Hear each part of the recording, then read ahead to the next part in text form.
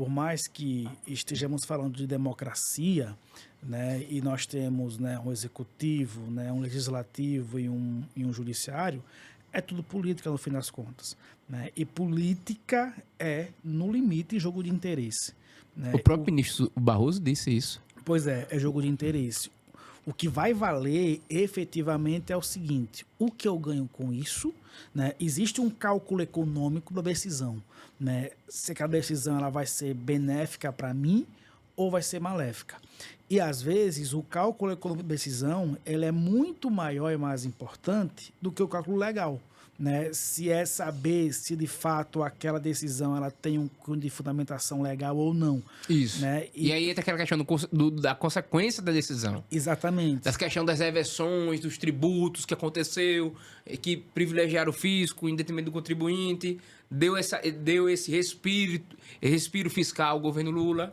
Pois é. As emendas dos orçamentos. Essa última foi agora, essa das pois emendas. É, né? Existe esse jogo, né, que é preciso saber jogá-lo, né, porque, por um lado, ele pode dar muito bem, né, e do outro lado ele pode dar muito ruim, porque daqui a pouco tem eleição novamente, né, tem pesquisa, né, tem avaliação do governo, e isso pode respingar. Os próprios ministros têm já. Exato. Existe um discurso, né, o discurso do Lula até então tinha sido né, que era basicamente expurgar, né, do jogo democrático aqueles que estavam, em certo aspecto, fazendo uma confrontação direta objetiva ao Estado Democrático de Direito, né? Ao passo de que agora nós temos o próprio ministro, ele mesmo, com os seus atos, ele mesmo afrontando contra o Estado Democrático de Direito quando as suas ações são fundamentadas em coisas que não têm fundamentos, né? Então, isso tem um respingo posterior,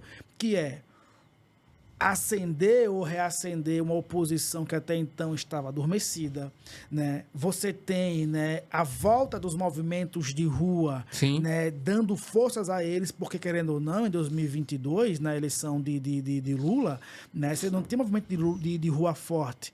Tava todo mundo dormindo ali. Isso. Não tinha, você teve 7 de setembro ali, etc. Mas assim, não teve força. Exato. Né? Até nem o 8 de janeiro, né, teve uma repercussão tão grande, né, em termos de levantar o debate social como agora do Twitter, né? Então, assim, isso tem uma repercussão que pode dar muito ruim politicamente para as partes envolvidas, né? Porque você tem um despertar de uma oposição que até então vinha ali passiva, né? Não tinha uma... Isso, tentando se descolar do bolsonarismo. Isso, mas sem se aplacar com o lulismo, etc. Né? Mas que agora vai precisar se impor. Exato. Né? E assim...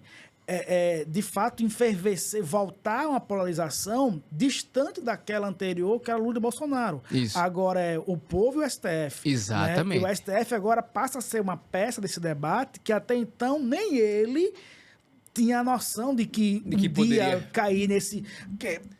E por conta de um ministro. Exato. Né? Eu acho que, coitado dos outros, que tem nada a ver com a história... Tem, porque convalida as decisões dele. Convalida. Sendo chegado no aeroporto, tal, cobrado... No banheiro. Pelos atos de um. Então, assim, eu não sei até que ponto que o próprio Alexandre vai conseguir levar isso, não.